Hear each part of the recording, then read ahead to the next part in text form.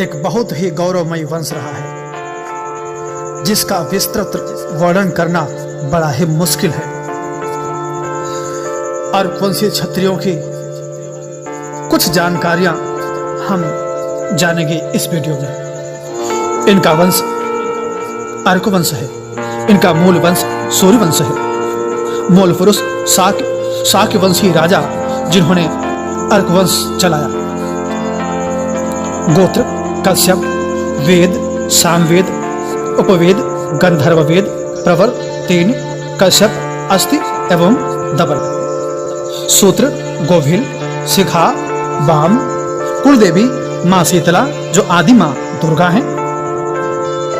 देवता श्री हरि विष्णु, कुल पूजा, विजयदशमी, नवरात्र एवं सूर्य उपासना। मंत्र गायत्री मंत्र। हमारे देश में प्राचीन दो ही वंश थे।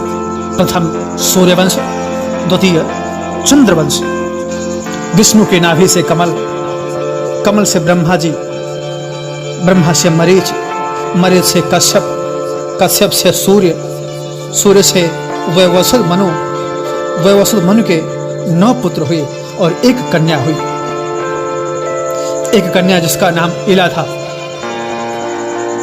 इला के सुदुम, फिर बुध, फिर पुरुरवा, जिनसे चंद्रवंश चला। वैवस्वत मनु के सबसे बड़े बेटे इक्ष्वाकु, फिर सरयाति, त्रग, धृष्ट, प्रषध, नादेशंत, नभग, दिष्ट एवं कुरुष।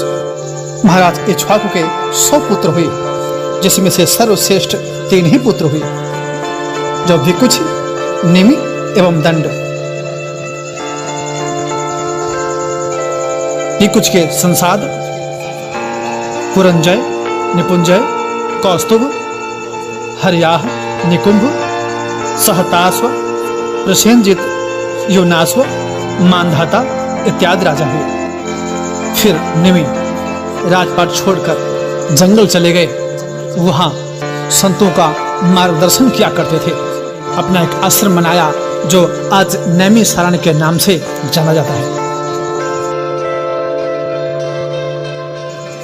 जिनके कुछ पीढ़ियों के बाद मुचकुंद, त्रिशंक, हरिश्चंद्र, सहस्त्रबाहु, बाहु, फिर सगर, फिर वहीं खटवांग, दीर्घबाहु, दीर्घबाहु के दिलीप, दिलीप के रघु, रघु के अज, अज के पुत्र महाराज दशरथ, जिनके ज्येष्ठ पुत्र विश्व के 18वें अवतार अर्क शिरोमणि मर्यादा पुरुषोत्तम भगवान राम अपने चारों भैयाओं के समेत जन्म लेते हैं। फिर लौ कुश इत्यादि का समय आता है। कहा जाता है श्री राम के 46 पीढ़ी के बाद भगवान बुद्ध का जन्म होता है। इनका नाम एक अर्कबंधु भी है। अर्कवंशी क्षत्रियों का राज दीर्घ काल से चला आ रहा था। दिल्ली में अर्कवंशी शासन 10वीं शताब्दी से प्रारंभ हुआ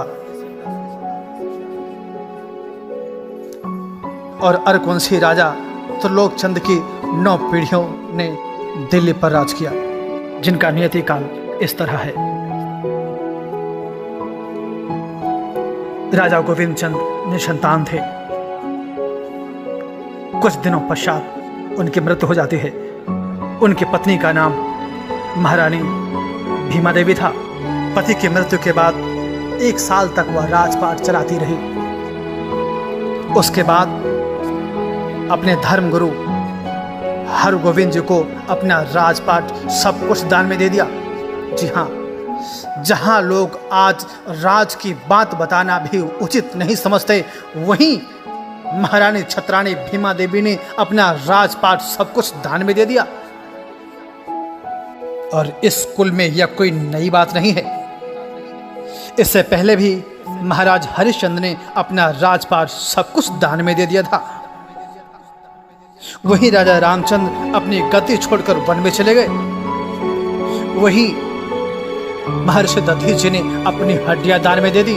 वहीं अर्कबंधु गौतम बुद्ध जी ने अपना ऐश्वर्य युक्त जीवन बुद्ध भिक्षु में बदल लिया। इत्यादि तमाम अर्कवंशी राजाओं ने अपने धर्म की रक्षा के लिए बहुत कुछ न्यौछावर कर दिया है। अवध गजेंद्र ने पृष्ठ संख्या 63 पर लिखा है, तहसील संडीला के स्वामी अर्कवंशी हुआ करते थे। आज भी तहसील संडीला के आसपास गांव में बने महल जो आज टीले में तब्दील हो गए हैं, वो साफ बयां कर रहे हैं अर्कवंशी क्षत्रियों की शौर्य गाथा। वहीं प्रमाण मिलता है महाराजा सल्ले सिंह जी का, जिन्होंने संडीला नगर की स्थापना की थी। वही उनके छोटे भाई मल्ही सिंह, जिन्होंने मलिहाबाद की स्थापना की। दोनों भाई इतने वीर थे कि बड़े बड़े राजे महाराजे उनके सामने अधिक देर ठहर नहीं पाते थे। युद्ध में हमेशा पारंगत होते थे।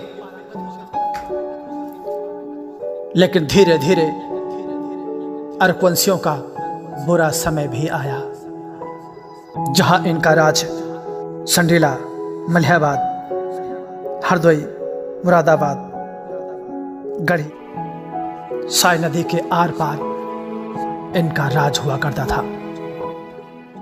हमारे भारत में तुर्कों का राज आया।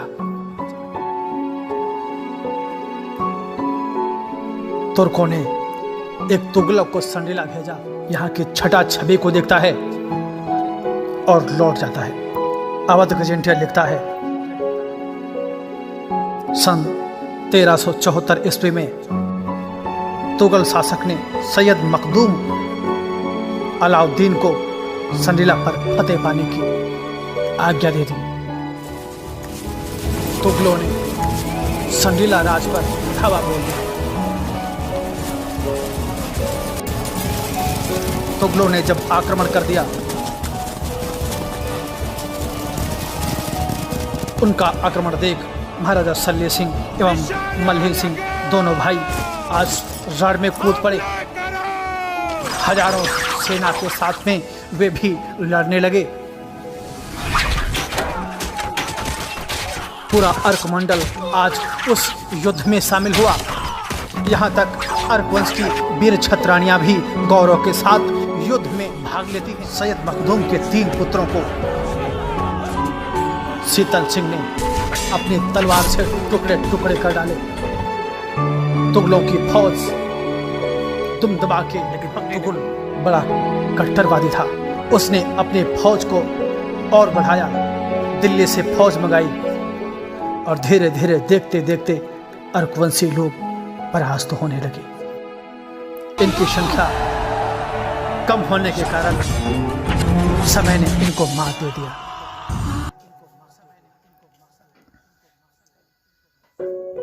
लड़ते लड़ते दोनों भाई उस युद्ध में शहीद हो गए।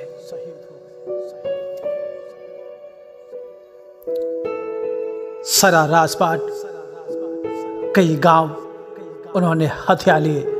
और इतना ही नहीं, संडीला तहसील के आसपास के जितने भी गांव थे, उसमें जा जाकर ढूंढ ढूंढ कर अर्कवंशियों को मार डाला।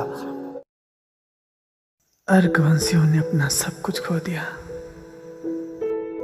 कुछ लोगों को जास्ती मुसलमान बना दिया गया। अपनी आबरू बचाने के लिए जंगल में चले गए। किसी समय में आरक, फिर किसी समय में अरग, और आज अपभ्रंश होके आरक हो गए हैं। लेकिन इतिहास गवाह है, यही अर्कवंशी क्षत्रिय हुआ करते थे। तब से आज भी अर्कवंशी लोग अपने दुखों का पहाड़ समेटे हुए जी रहे हैं। अपने राज को, अपने राजा को याद करते हैं।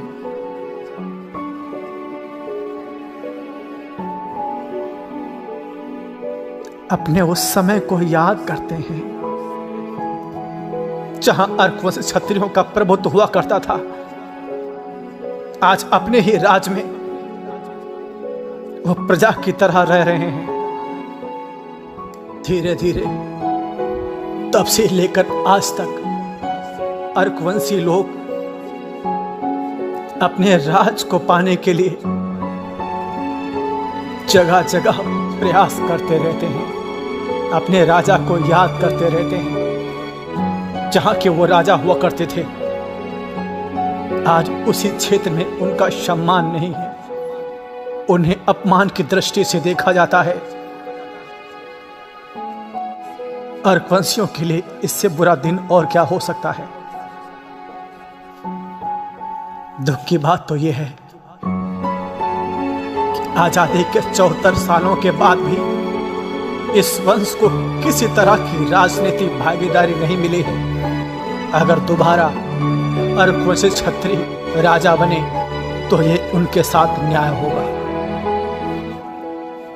इस इतिहास को जानो,